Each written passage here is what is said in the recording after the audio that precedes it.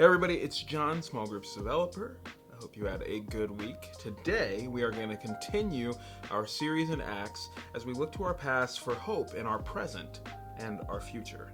Today we're actually going to wrap some things up. We're really getting close to the end of our series. We've been doing this for 3 months, but this week was another busy week for Pastor Micah, and so I'm filling in. But speaking of being busy, sometimes it can feel like life is really throwing a lot at you, and I'm sure you've been there before.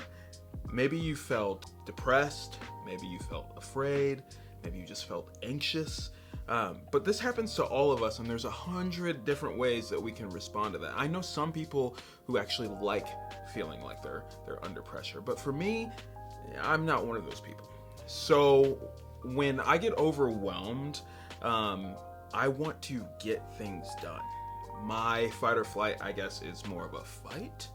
But recently, when things were particularly stressful for me, when I was up against trying to stay healthy and maintain my relationships and grow, I came across this idea, and you guys might be familiar with it.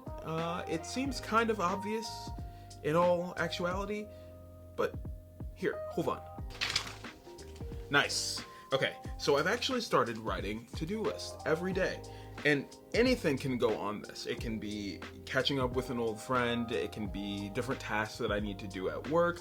Maybe it's scheduling a doctor's appointment or cooking something for dinner. Maybe remembering to thaw meat. But what I have found is that by focusing on the task at hand, I don't feel so anxious anymore, and it's not as debilitating. Maybe something like that would work for you too.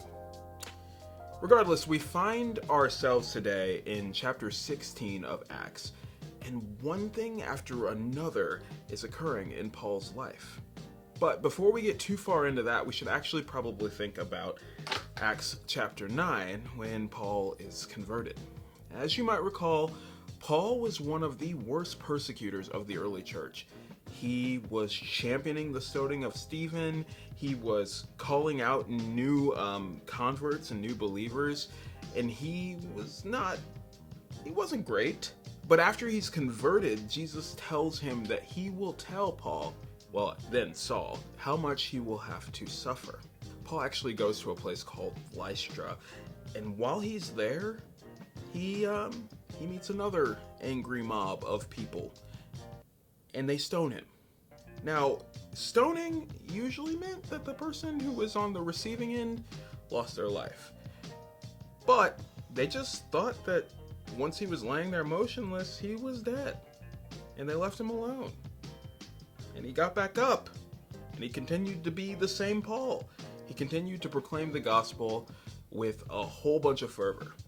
We catch up with Paul after him and Barnabas part ways. And now he and Silas are working together. They come across Timothy, and Paul takes him under his wing. And now they receive a call to go to a place called Macedonia. And particularly, they go and they end up in a place called Philippi, which is a city in that territory. Once they get there, they are introduced to a woman who is converted to the faith. After that, they discern another spirit that is inside of this slave girl. That's kind of creepy. And then after that, because the spirit was being used to make people money, they weren't happy about that, Paul and Silas get arrested. So as you can see, one thing after another is building up inside of his life. But as we'll note, Paul keeps going. At this point, we see Paul stoned, we've seen Paul get arrested, we've seen him imprisoned, and we've seen him beaten, all for the sake of the gospel. And this might have been what Jesus was talking about when he said, I will show Paul how much he will suffer for my sake. But nevertheless, as all of these things are building up in his life, he continues to stay the course. He checks off one other thing on his to-do list, all because he's focused on the main objective, proclaiming the gospel. Anyway, I hope this was helpful. As you read the story today, look for the Holy Spirit moving again and all throughout the story. But But I hope your conversation is fruitful. I hope you are blessed. I hope you take something away from this story and apply it to your life. And I hope you have a great discussion. Have a nice week. Thanks. Bye. Oh, one more thing. I always forget a thing and have to do this little add-on after the fact.